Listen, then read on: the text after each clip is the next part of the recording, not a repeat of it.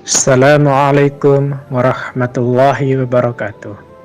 Hamidan lillah wa musallian ala rasulillah wa ala alihi wa sahbihi wa mawalah.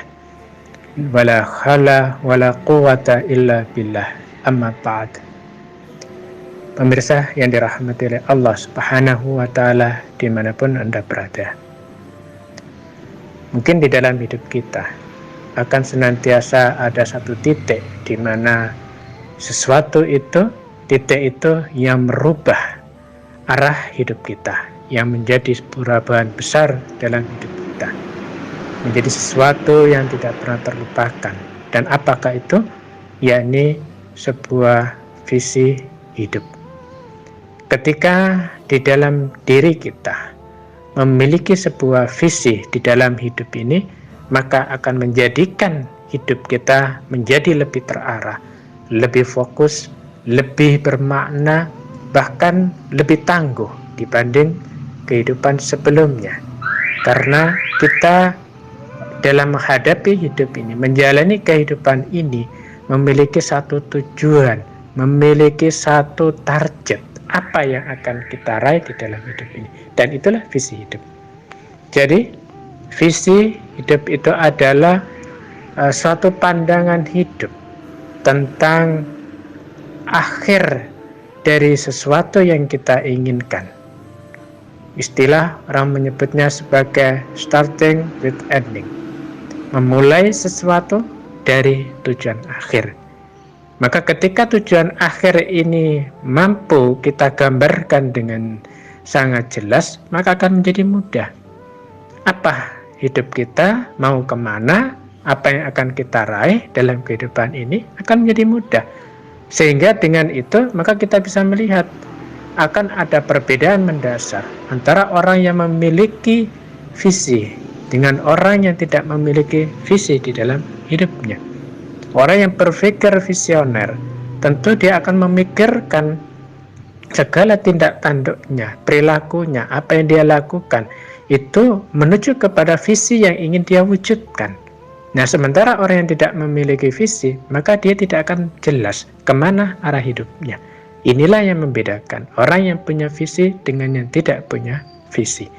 Nah, pemirsa yang dirahmati oleh Allah Subhanahu wa ta'ala, di dalam hidup ini kita akan melihat hanya dua hal ini.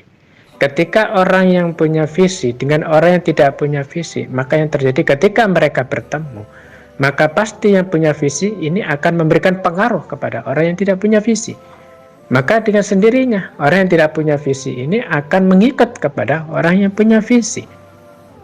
Dia mau melakukan apa karena tidak punya arah, sementara orang yang punya visi dia akan berjuang mewujudkan apa yang dia inginkan, maka akan memiliki ketangguhan, keteguhan di dalam hidupnya, memiliki arah yang jelas. Langkah demi langkah yang dia raih atau langkah demi langkah yang dia tempuh itu adalah menuju kepada apa yang dia inginkan, yakni menuju kepada apa yang ingin dia raih di dalam hidupnya. Nah, kalau kemudian kita sebagai seorang muslim, maka pertanyaannya adalah apa visi hidup seorang muslim yang harus dia wujudkan, yakni sebagaimana dicantumkan di dalam firman Allah Subhanahu wa ta'ala, a'udzubillahi minasyaitonir rajim, wa ma khalaqtul jinna wal insa illa liya'budun, dan tidaklah aku ciptakan jin dan manusia itu kecuali untuk beribadah kepadanya. Inilah visi hidup seorang muslim, yakni beribadah kepada Allah Subhanahu wa ta'ala. Maka dengan kesadaran ini dia akan memahami dan menyadari dengan betul bahwa apa yang dia lakukan, semua aspek kehidupannya itu di dalam rangka beribadah kepada Allah. Maka yang menjadi pertanyaannya adalah bagaimana dia beribadah? Ibadah seperti apa agar apa yang dia lakukan itu diterima oleh Allah dan dianggap sebagai ibadah? Maka satu-satunya cara orang yang punya visi, dia akan melangkah menuju kepada peribadatan yang benar. Karena itu dia akan mengkaji bagaimana tata cara ibadah kepada Allah yang telah menciptakan dirinya. Dia akan memastikan bahwa apa yang dia lakukan itu adalah ibadah. Dia akan memastikan bahwa apa yang dia lakukan itu benar di dalam koridor sebagaimana tujuan penciptaan Allah terhadap dirinya, yakni kepada manusia.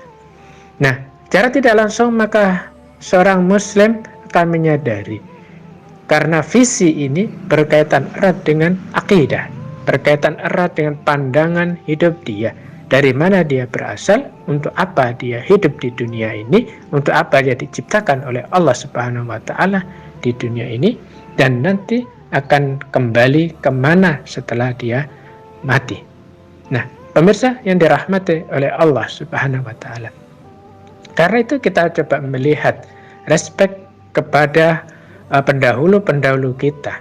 Lihatlah Salahuddin Al-Ayyubi misalkan. Beliau memiliki satu visi yang besar semenjak kecil, yakni apa? Membebaskan Al-Quds. Maka sang guru ketika menanamkan visi ini di dalam benak seorang Salahuddin Al-Ayyubi yang masih kecil itu, maka di dalam benaknya telah terpatri, telah muncul sebuah visi besar untuk membebaskan Al-Quds, dan dia akan merasa dalam dirinya bahwa akulah yang akan membebaskan Al-Quds, akulah yang akan meletakkan mimbar ini di Al-Quds, walaupun pada saat itu Al-Quds Palestina masih dikuasai oleh tentara-tentara kafir Zionis.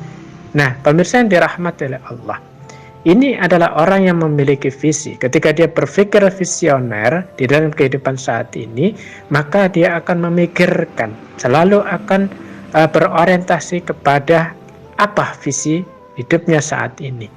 Maka dalam diri seorang muslim saat ini yang mulai kehilangan visi ini, maka yang harus kita lakukan memberikan banyak informasi tentang Islam kepada umat Islam, kepada kaum muslimin, agar mereka memiliki orientasi hidup, dan itu adalah dengan visi Islam, yakni mengembalikan kejayaan kaum muslimin, mengembalikan izzah, kemuliaan kaum muslimin, yakni dengan keterikatan dia dan umat ini terhadap syariat Allah Subhanahu wa Ta'ala secara kafah.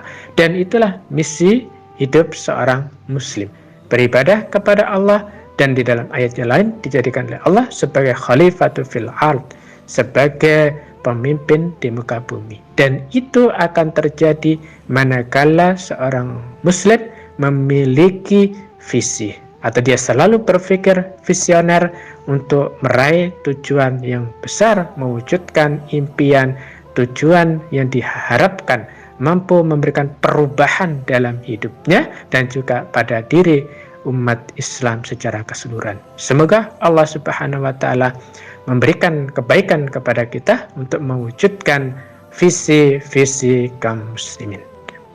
Billahi taufiq wal hidayah. Wassalamualaikum warahmatullahi wabarakatuh.